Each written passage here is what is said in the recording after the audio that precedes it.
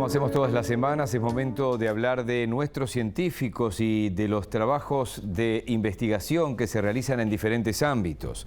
Un grupo de científicos uruguayos detectó errores en los genomas de parásitos que causan las enfermedades conocidas como neosporosis y toxoplasmosis y que generan problemas para la salud humana y animal. Los resultados de esta investigación permitirán desarrollar estrategias de prevención, diagnóstico y hasta la fabricación de una posible vacuna contra estas enfermedades.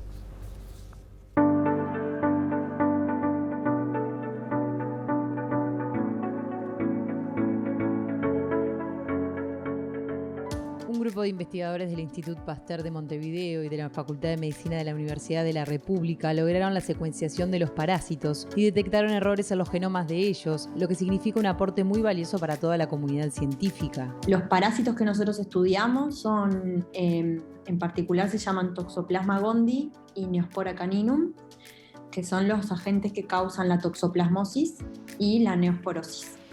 Estas son dos enfermedades que son muy parecidas entre sí.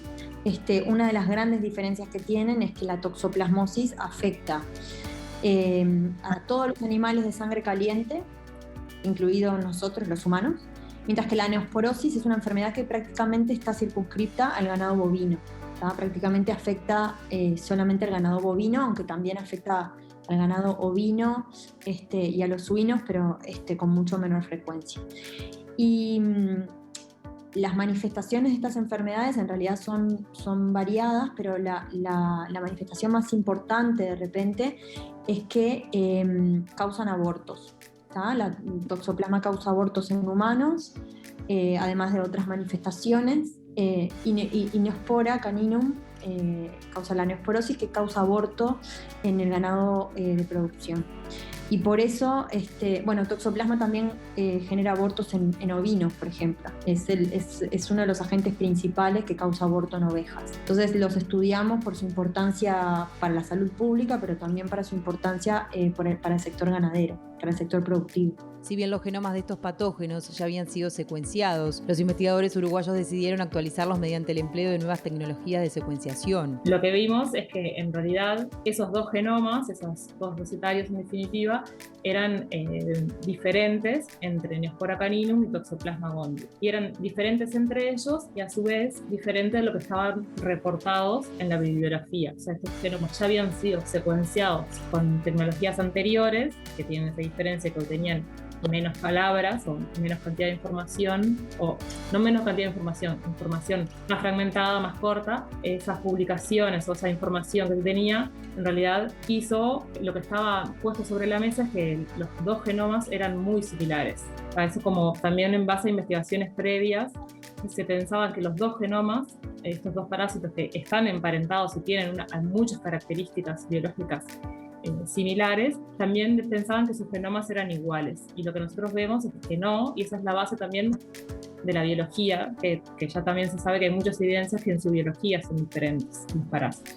El aspecto de los dos parásitos los vuelve prácticamente indistinguibles, aunque sean diferentes en lo biológico. Lo que se había hecho anteriormente no estaba correcto, digamos. Entonces, eso es un primer impacto del trabajo, que cambió como una idea que se manejaba a nivel internacional en la comunidad científica de que estos dos parásitos eran prácticamente idénticos. Y bueno, esto cambia como ese paradigma internacional, y en realidad lo que vemos es que no son tan parecidos como pensábamos. Y eso tiene implicancias para todo. Eso tiene implicancias para lo que decía Luisa, tiene implicancias para lo que es la investigación básica, ¿sí?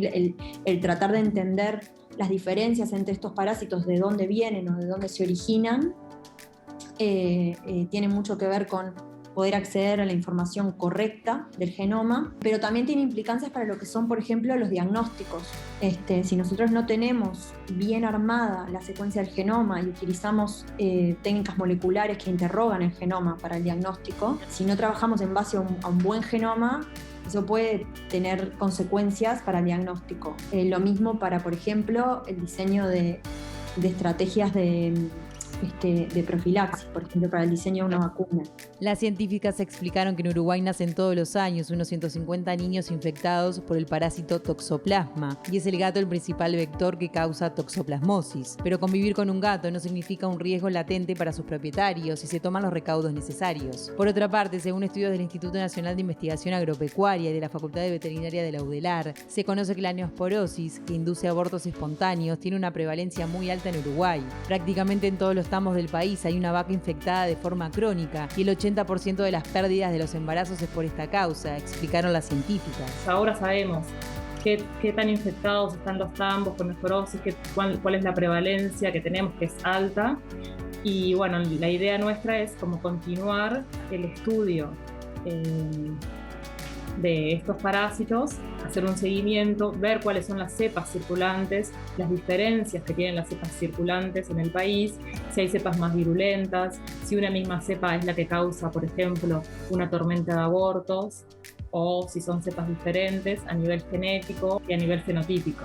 Estos hallazgos podrían derivar en un mejor diagnóstico de las enfermedades y en el desarrollo de vacunas para ambas patologías. Esta secuenciación de estos genomas está muy ligado a un proyecto en el que trabajamos nosotras dos y que fue liderado en realidad por Carlos Robelo y en el que trabajó un estudiante de doctorado que se llama Andrés Cabrera, en el que se aislaron cepas de Neospora caninum de vacas que estaban infectadas en el país.